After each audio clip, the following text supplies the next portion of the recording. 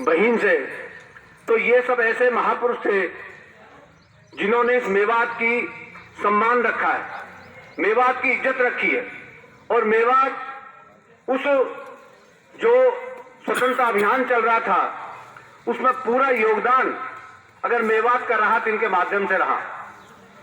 जब दादा बहाड़ हमारे यहाँ से मुगल सम्राट अकबर हमारे बीसरू से किसी लड़की को उठा के ले गया, तो दादा बहाड़ ने सोचा कि हमारी मेवात की लड़की को ऐसे कोई मुगल सम्राट उठा के ले जाएगा और मैं देखता रह जाऊंगा। तो उन्होंने कसम खाई कि मैं उस लड़की को लेकर आऊंगा। तो आप सब जानते हैं उसकी कहानी, और हमारे कोर्ट के सरपंच बैठे हो तो अच्छी तरह जानते होंगे कि वो अपने पहले गोह होती थी, अपने साले से गोह लाए और गोह चढ़ा दी, इस पर चढ़ गए और वो लड़की उतार लाए। लेकिन वो गोह उतारनी ना सीखी वहां से अपने साले से, वो कि भाई उतरेगी कैसे। अब वो उतारने चढ़ाना पूरी रात चली गई और वो जो है राजा अकबर को पता लग गया और वो उसने मार दिया। जब वो मार दिया तो मैं आगे बताऊंगा कि वो सौभाग्य हमें मिला। हमारा दादा उस समय घोड़ा पर सब्जी लाया करता था दिल्ली से, मेरा निकाल कोर्ट से, मैं कोर्ट के बढ़िया हूं। और उन्हें देखा, किसी ने कहा अरे तू कहाँ रहे लाला जी? भाई कोर्ट रहूं ये मेवात में, आज त्यार बाहर तो खून पड़ो है। अरे कहाँ बताओ कहाँ पड़ो है? खून गयो और वो घोड़ा में वह हाथ लायो गांव में और ही जवा को माटी दिलवाई, टांगा में रख के लायो वाला। तो मतलब जितना हमारे आपस में क्षेत्र के आदमियों का कि भाई ये दादा बहाड़ मेव नहीं है, ये हमारा दादा बहाड़ है, और हमारे दादा बहाड़ की अगर ऐसे कोई पड़ी रहेगी तो वह कैसे हम बर्दाश्त करेंगे। तो वह उठा के लाया और ही उठा के ला करके वह को विधिवत तरीके से, जैसे कोई तरीका होता है, वो माटी दी गई। तो ये हमारी किस्से होते हैं कि हम सब एक हैं, हमारी सब कौम एक है, हम सब पैदाइश एक हैं। ये अपने अपने उसको ईश्वर जो है उसको पूजा पद्धति का, उसको याद करने का हम तरीका अलग अलग कर सकते हैं। राजा हसन खां भी एक जो है खानजादा था और उसने जो है उसका उनके परिवार का लगभग 200 साल तक इस मेवात में राज रहा और 200 साल तक राज अलवर में उन्होंने राज किया। और अलवर के राज अभी मेरे से पूर्व, उस पर मैं नहीं जाऊंगा, तो सब बातें सब लोगों ने वो बताई हैं।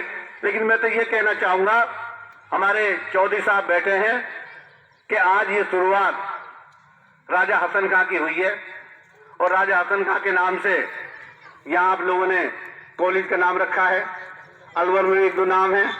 एक तो मैं ये चाहता हूँ कि राजा हसन के नाम से छुट्टी घोषित करवाई जाए सरकार से। क्यों भाई, जब और के नामों से करवाई जाती है तो राजा हसन का जो हमारा मेवात का है, इसके नाम से एक छुट्टी घोषित हो, तो लोगों को पता लगे कि भाई छुट्टी की लिस्ट में जाएगा कि भाई राजा हसन का भी कोई मेवात हुआ है।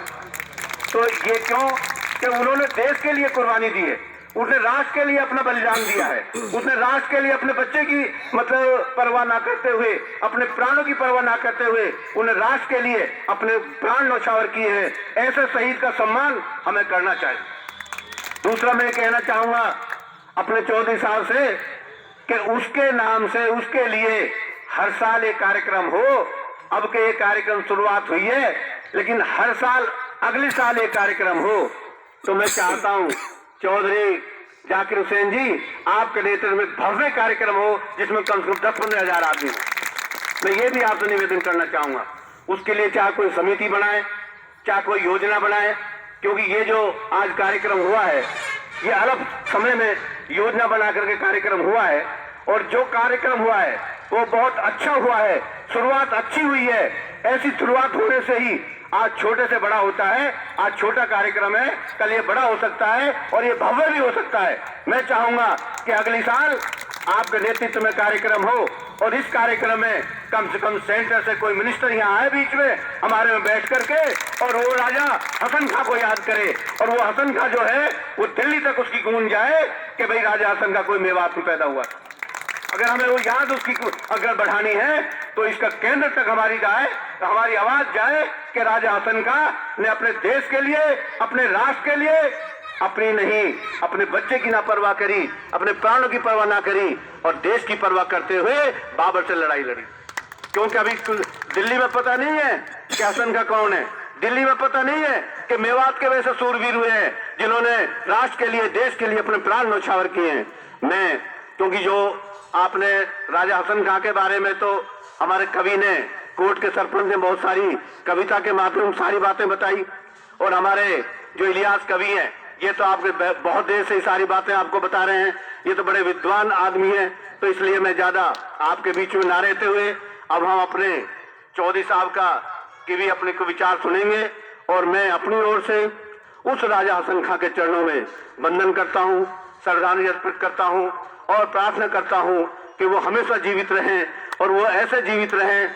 मैं कहूंगा चौधरी हसन खां अमर रहे। आप सब कहेंगे, जोर से कहेंगे, चौधरी हसन खां, राजा हसन खां, राजा हसन खां, राजा हसन खां।